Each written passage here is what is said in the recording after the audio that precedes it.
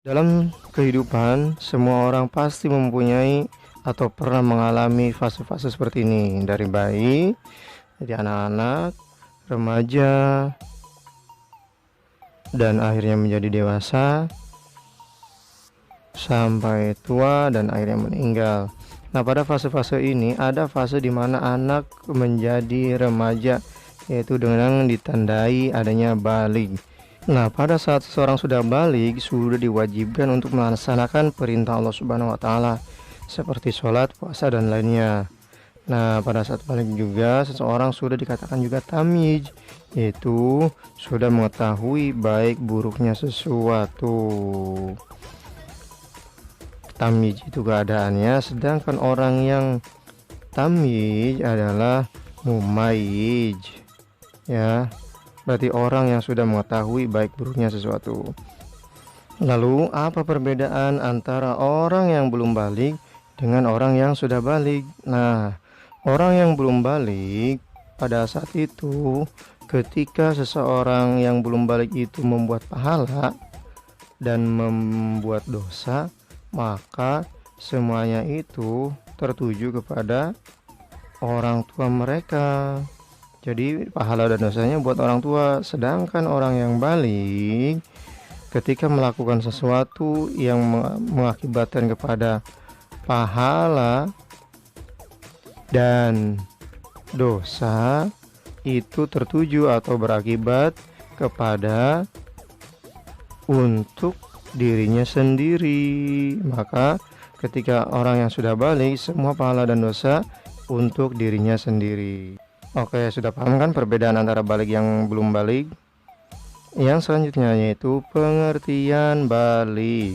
Baligh terbagi menjadi dua bagian, yaitu pengertian menurut bahasa, berasal dari kata balago yang artinya sampai, dan yang kedua menurut istilah, yang artinya telah sampai seseorang pada tahap kedewasaan. Nah, orang yang sudah baligh ini udah masuk ke tahap kedewasaan.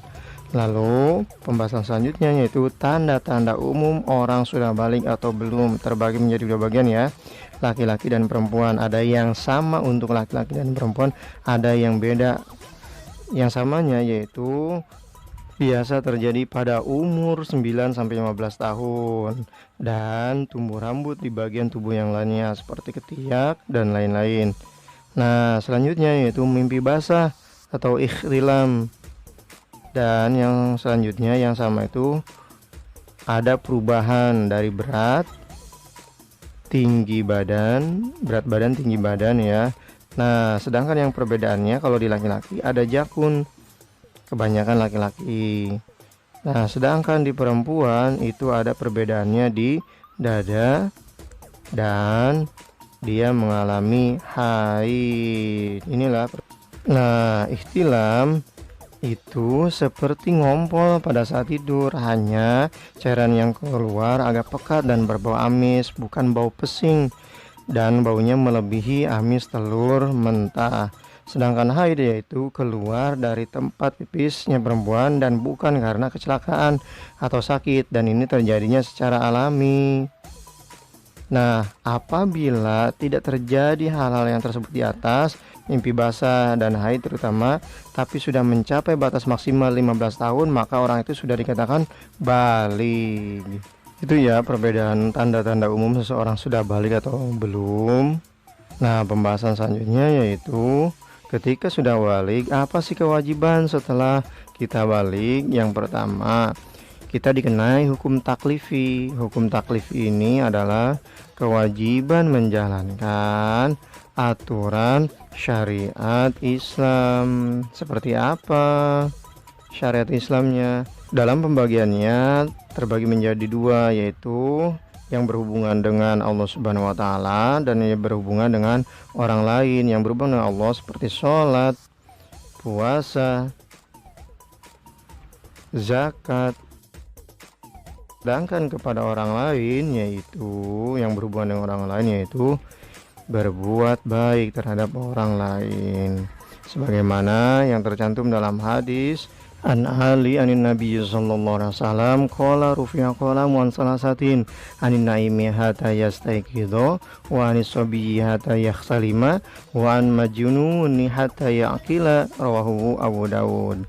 Dari Ali radhiyallahu anhu, Nabi pernah bersabda, pena amal dan dosa itu diangkat dari 3 golongan. Yang pertama, orang tidur hingga bangun, anak kecil hingga ia bermimpi basah atau balik, dan dari gila menjadi berakal. Hadis riwayat Daud. Lalu selain dikenai hukum taklifi, apalagi yang harus kita lakukan? Nah, yang harus kita lakukan sebagai orang yang sudah balik yaitu harus mandi wajib dahulu, terutama setelah mimpi basah atau yang sudah mengalami haid. Nah, pada saat itu karena mereka sedang dalam keadaan hadas besar.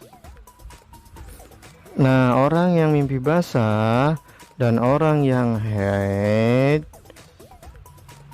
tidak boleh dulu untuk melaksanakan sholat maupun puasa dan salah satu pelaksanaan haji seperti tawaf ya. Nah, ketika mereka tidak boleh melaksanakan hal itu, mereka harus melakukan mandi wajib terlebih dahulu untuk bisa melaksanakan sholat dan puasa. Nah, dari rukun mandi wajib ada beberapa rukun, ada beberapa bagian. Yang pertama, ketika mandi wajib kita harus berniat terlebih dahulu. Baca niat mandi wajib yaitu nawaitul ghusla li raf'il hadasil akbari fardhu lillahi ta'ala, yang artinya aku berniat mandi besar untuk menghilangkan hadas besar fardu karena Allah Ta'ala. Yang kedua, kita harus dulu menghilangkan najis. Dan yang ketiga, kita harus mengalirkan air ke seluruh badan. Ingat ya, mengalirkan ke seluruh badan. Setelah melakukan rukun dari mandi wajib tersebut, lalu bolehlah kita puasa, sholat, dan tawaf kalau sedang berhaji ya. Nah, begitulah pembahasan balik. Mari kita simpulkan bareng-bareng ya. Jadi kesimpulan dari pembahasan balik ini, kita bagikan beberapa bagian, yaitu ada pengertian balik, nanti ada tanda-tanda balik. Dari balik ini ada 2, yaitu balik menurut bahasa dan ada juga balik menurut istilah atau syara. Balik menurut bahasa yaitu balagu atau sampai, sedangkan istilah dikenakan tanggung jawab atas semua yang dilakukan orang tersebut. Sedangkan tanda-tandanya kita bagi menjadi 3, yang terjadi pada laki-laki perempuan, dan yang terjadi pada laki-laki saja, dan yang terjadi pada perempuan saja. Laki-laki dan perempuan yang terjadi pada laki-laki perempuan yaitu usia 9 sampai 15 tahun, tumbuh rambut, ikhtilam atau mimpi basah, berat badannya bertambah, tinggi badannya bertambah. Sedangkan laki-laki ada jakunnya di leher, dan sedangkan perempuan dia mengalami haid dan ada perubahan di dadanya. Nah, begitulah kesimpulan dari pembahasan haid kali ini.